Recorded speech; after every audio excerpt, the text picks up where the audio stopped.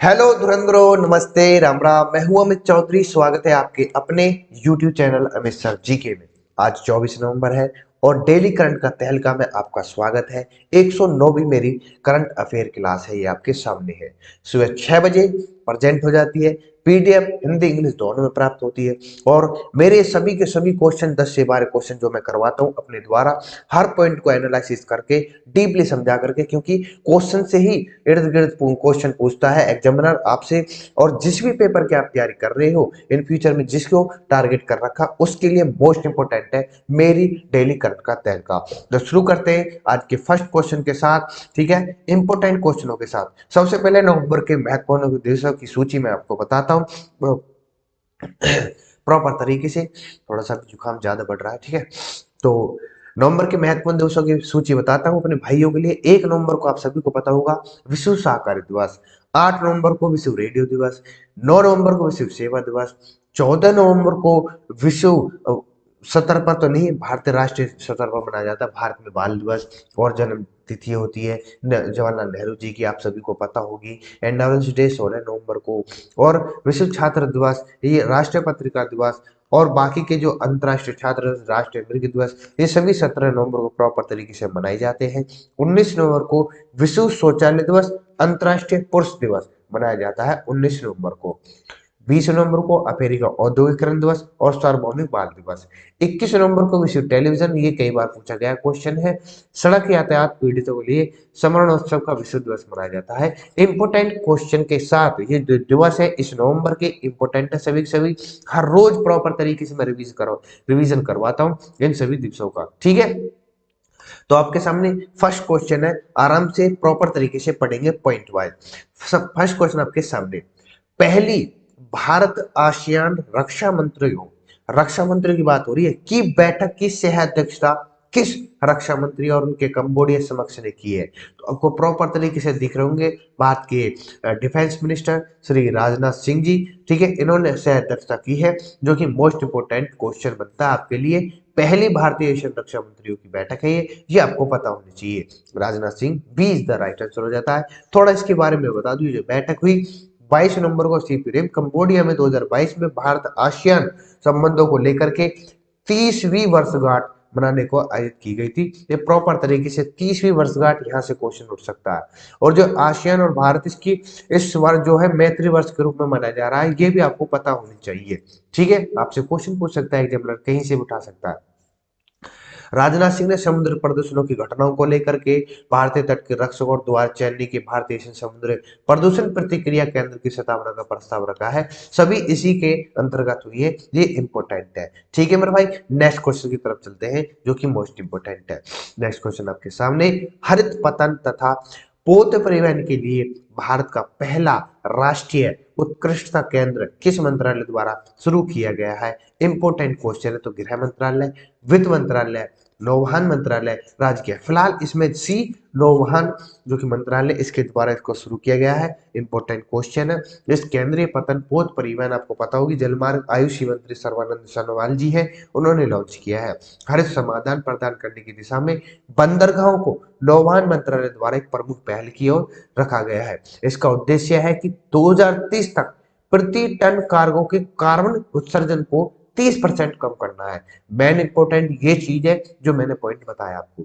ऊर्जा और संसाधन संस्थान इस परियोजना के लिए ज्ञान और कार्यान्वयन भागीदारी है, ये आपको पता होनी चाहिए, ठीक है मेरे भाई। नेक्स्ट क्वेश्चन की तरफ चलते सीधा। ये इंपोर्टेंट क्वेश्चन है। महान अहोम सेनापति, कई बार जिक्र कर चुका हूं मैं आपके पहले भी। लचित बोरफुकन जयंती समारोह किस केंद्र शासित प्रदेश में शुरू की गई और कौन सी भी जयंती है ये आपको पता होनी चाहिए। तो ये नई दिल्ली, चंडीगढ़, लक्षद्वीप, पांडिचेरी। बात करी है केंद्र शासित प्रदेश की, जो कि अपने भारत की राजधानी नई दिल्ली है। ए इज द राइट आंसर हो जाता है। लचित बोरफुकन, इन्होंने काफी लोहा लिया था अंग्रेजों से, ठीक है। 400वीं जयंती इनकी बनाई जा रही है, ये आपको पता होनी चाहिए, ठीक है। लचित बर्फकन की, नई दिल्ली में लचित बर्फकन जीवन और गौरव पर एक विस्तृत चित्र, एक कॉफी टेबल बुक के उद्घाटन भी किया। इसके साथ साथ लचित बोरफकन की मैं बात बताऊं अपने भाइयों को, अहोम साम्राज्य के एक प्रसिद्ध सेनापति थे उस, ठीक है, अपने टाइम के। अहोम और मुगलों के बीच में, सॉरी मैंने अंग्रेजी बोल दिया, गलत बोल दिया। अहोम और मुगलों के बीच में 5 अगस्त 1669 को अलबोई की लड़ाई लड़ी गई, जिसमें अहोम के विनाशकारी हार का सामना करना पड़ा था और उनके सैकड़ों सैनिक मारे गए थे। ठीक है, अलबोई में अपमानजनक हार के बाद लुचित बोरफुकन ने 1671 में मुगलों को हराया और असम को वापस ले लिया था। तभी से इनकी जयंती हमारा पूर्व एक गर्व के रूप में मनाई जाती है, जो कि मोस्ट इंपोर्टेंट हो जाती है हमारे और आपके लिए, क्वेश्चन के लिए, पेपर के लिए। ठीक है मेरे भाई। नेक्स्ट क्वेश्चन आपके सामने, आईपीआरडी की बात कर रहा हूं, इंडो पैसिफिक रीजनल डायलॉग, ये शॉर्ट फॉर्म में आ जाते हैं ना। आईपीआरडी की फुल फॉर्म बताओ, तो आप प्रॉपर तरीके से याद कर लो। कौन सा संस्करण 23 नवंबर 2022 को दिल्ली में शुरू किया गया? पांचवा, चौथा, छठा या दूसरा? तो चौथा संस्करण है आईपीआरडी में, ठीक है, जो कि नई दिल्ली में शुरू किया गया था। ठीक है, आईपीआरडी का जो मेन विषय है, जो थीम है, इसकी जो एम है, वो operationalism the Indo Pacific ocean initiative है। ठीक है, इंपॉर्टेंट है, विषय याद कर लेना। जिसमें मार्गदर्शन सत्र हुआ, इसमें रक्षा मंत्री राजनाथ सिंह जी ने और पर्यावरण मंत्री भूपेंद्र यादव में अभिभाषण शामिल होंगे, मतलब हुए। और मेरे भाई जो आईपीआरडी, इसके दो संस्करण ऑलरेडी हो चुके हैं, तीसरा संस्करण होना था, वो कोविड-19 की वजह से नहीं हुआ। 2018-2019 में प्रॉपर तरीके से नई दिल्ली में हुआ था।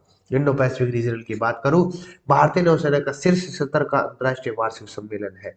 नेशनल मैरीटाइम फाउंडेशन नेवी का नॉलेज पार्टनर और आईपीआरडी का प्रत्येक संस्करण का मुख्य आयोजक है। सभी को आपको पता हो, इसमें सब विभिन्न पर चर्चाएं की जाएंगी, अपने अपने मुद्दे रखे जाएंगे, उनको सभी को सॉल्व किया जाएगा, विवादों का आदान प्रदान किया जाएगा आपस में। ठीक है, इंपोर्टेंट है, इंपोर्टेंट है, इंपोर्टेंट है। ठीक है मेरे भाई, क्योंकि लगातार चल रहा है, चौथा चौथा संस्करण है ये, आपके विषय को भी आपको पता होना चाहिए इसके विषय का।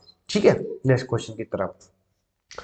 ऑस्ट्रेलिया की संसद ने किस राष्ट्रीय देश के साथ मुफ्त व्यापार समझौते की मंजूरी दे दी है? तो नरेंद्र मोदी जी आपको सामने खड़े होंगे, दिख भी रहेंगे। तो भारत के साथ मुफ्त व्यापार किया जाएगा, जो कि मोस्ट इंपोर्टेंट है भारत के लिए भी। ठीक है, भारत ऑस्ट्रेलिया आर्थिक सहयोग और व्यापार समझौते भारतीय ऑस्ट्रेलिया व्यापार रणनीति साझेदारी की मजबूत करेगा।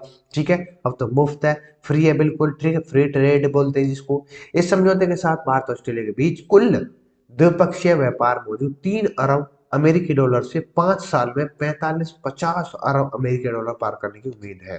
ठीक है, ऑस्ट्रेलिया का लगभग 96% निर्यात कच्चे माल और मध्यवर्ती उत्पादों का होता है, ये आपको पता होना चाहिए। और अब फ्री ट्रेड हो गया इंडिया एंड ऑस्ट्रेलिया के बीच में। ठीक है मेरे भाई, जो कि काफी मदद होगा और काफी जीडीपी को बढ़ाएगा, इकोनॉमी को बढ़ाएगा भारत की को। ठीक है मेरे भाई, नेक्स्ट क्वेश्चन आपके सामने, किसने हाल ही में खादी एवं ग्रामोद्योग आयोग के सीईओ के रूप में कार्य संभाला है? तो दानिश मंजूर जी है, विनीत कुमार जी है, उमा शर्मा है, कुलदीप यादव। तो Vineet Kumar is the right answer, देता आपको सामने दिख रहे होंगे। ठीक है, इंपोर्टेंट है, khadi and village industry commission के सीईओ के रूप में विनीत कुमार को चुना गया, नियुक्त किया गया है। ठीक है, या फिर उन्होंने कार्य संभाला है।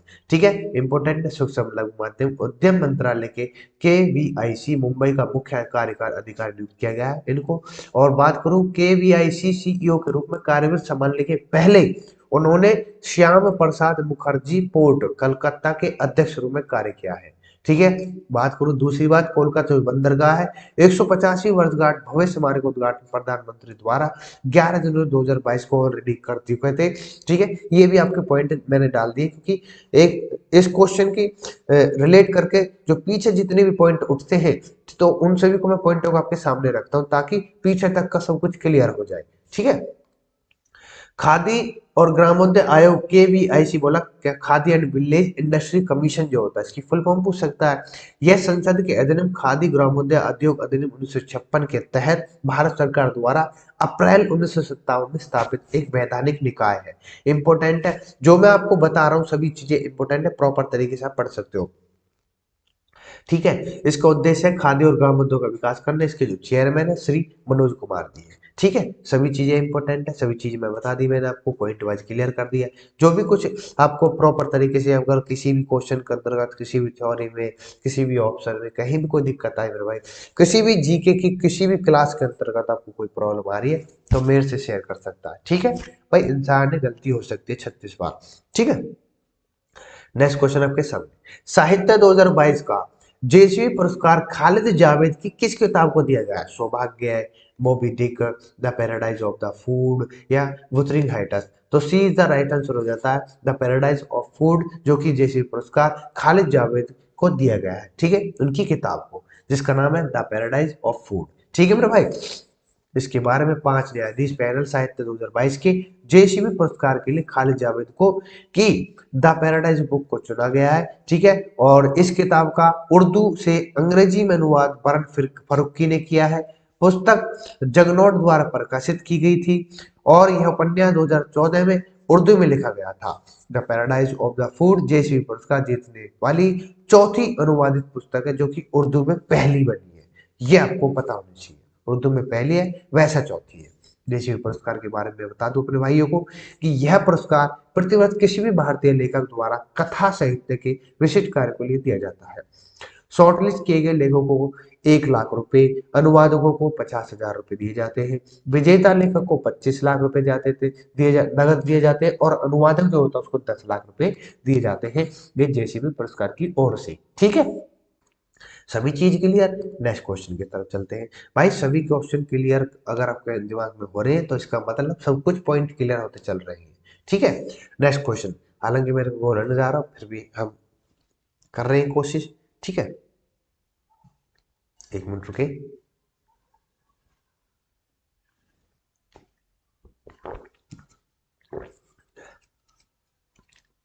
नेक्स्ट क्वेश्चन आपके सामने,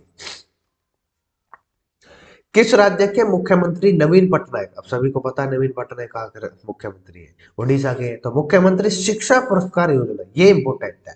मुख्यमंत्री शिक्षा पुरस्कार किसके लिए शुरू की गई है, क्यों की गई है, कि घोषणा की उड़ीसा में अंतर्गत नवीन पटनायक द्वारा, जो कि उड़ीसा के सीएम है। यह विभिन्न राज्य के विद्यालयों के बीच स्वस्थ प्रतिस्पर्धा को बढ़ावा देना और शिक्षा की उत्कृष्टता को मान्यता देने के लिए पुरस्कार और छात्रवृत्ति कार्यक्रम। कार्यक्रम के तहत स्कूली छात्र शैक्षणिक संस्थानों, परिचारों, शिक्षकों, स्कूल प्रबंध समिति को शिक्षा की उत्कृष्टता प्राप्त करने के लिए प्रति वर्ष 100 करोड़ रुपए वार्षिक पुरस्कार दिए जाएंगे। 50,000 छात्र हैं, 1500 प्राध्यापक अध्यापक है, स्कूल प्रबंधक समितियां, सभी को कुल मिलाकर के जिला प्रशासन को पुरस्कार दिए जाएंगे। कुल मिलाकर 100 करोड़ रुपए का प्रति वार्षिक खर्चा होगा, जो कि इसके रूप में दिए जाएंगे। ठीक है, प्रॉपर तरीके से ये मुख्यमंत्री शिक्षा पुरस्कार योजना के तहत सभी घोषणाएं हुई है, जो आपके सामने मैंने रखी है। नेक्स्ट क्वेश्चन आपके सामने, हाल ही में प्रधानमंत्री ग्रामीण आवास योजना में राजस्थान का कौन सा जिला शीर्ष पर रहा है? उदयपुर है, प्रतापगढ़ है, झुंझुनू है या जोधपुर है? प्रधानमंत्री ग्रामीण आवास योजना की बात कर रहा हूं मैं, तो यहाँ पर सी इज द राइट आंसर हो जाता है, जो कि मोस्ट इंपोर्टेंट है राजस्थान वाले बच्चों के लिए। विभिन्न पीएसबी जो होता है, प्राइवेट सेक्टर जो सर्विस होती है, या फिर प्राइवेट जो सेक्टर, मैंने बैंक बताया था, कल भी बताया था इसके बारे में। 10 ईडी की नियुक्ति को कैबिनेट में की नियुक्ति समिति द्वारा अनुमोदित किया गया है। ललित त्यागी को 3 साल के बैंक ऑफ बड़ौदा में चुना गया है ईडी ग्रुप में। विनोद कुमार को 3 साल के लिए पंजाब नेशनल बैंक में ईडी में नियुक्त किया गया है। ये सभी के सभी प्रॉपर तरीके से मैंने बता दी हर बैंक के ईडी के। ठीक है मेरे भाई, नेक्स्ट क्वेश्चन आपके सामने, कर्मयोगी प्रारंभ किस वर्ग के लोगों के लिए तैयार किया गया पाठ्यक्रम है? प्राइवेट कर्मचारी, सरकारी कर्मचारी, प्राइवेट नौकरी या कोई नहीं? तो सरकारी कर्म जो गवर्नमेंट एम्प्लॉय है उनके लिए कर्मयोगी प्रारंभ शुरू किया गया, जो कि मोस्ट इंपोर्टेंट है आपके लिए। ठीक है, इसके बारे में थोड़ा बता दें, नरेंद्र मोदी जी द्वारा सरकारी कर्मचारियों के लिए तैयार एक ऑनलाइन ओरिएंटेड कोर्स है, जिसको कर्मयोगी प्रारंभ मॉड्यूल लॉन्च किया गया है। ठीक है, मुख्यमंत्री द्वारा किया गया है, रोजगार को लेकर के किया गया है। इसमें 71,000 से अधिक युवाओं को नियुक्त पत्र प्रदान किए जाएंगे, ये इंपोर्टेंट है। यहाँ से कर्मयोगी जो प्रारंभ जो मॉड्यूल तैयार किया गया प्रधानमंत्री नरेंद्र मोदी जी द्वारा, ये मोस्ट इंपोर्टेंट हो जाता है। ठीक है, लास्ट एंड में क्वेश्चन बहुत ही बढ़िया है, इंपोर्टेंट ही, ये पेपर में पूछा जा सकता है। ठीक है, इस पर निशान लगा लेना। जो भी नोट्स मैं बनवाता हूँ, जो भी मैं नोट्स प्रोवाइड करता हूँ इन टेलीग्राम पर, आप प्रॉपर तरीके से हिंदी इंग्लिश दोनों में ले सकते हो, देख सकते हो, पढ़ सकते हो, रिवीजन कर सकते हो।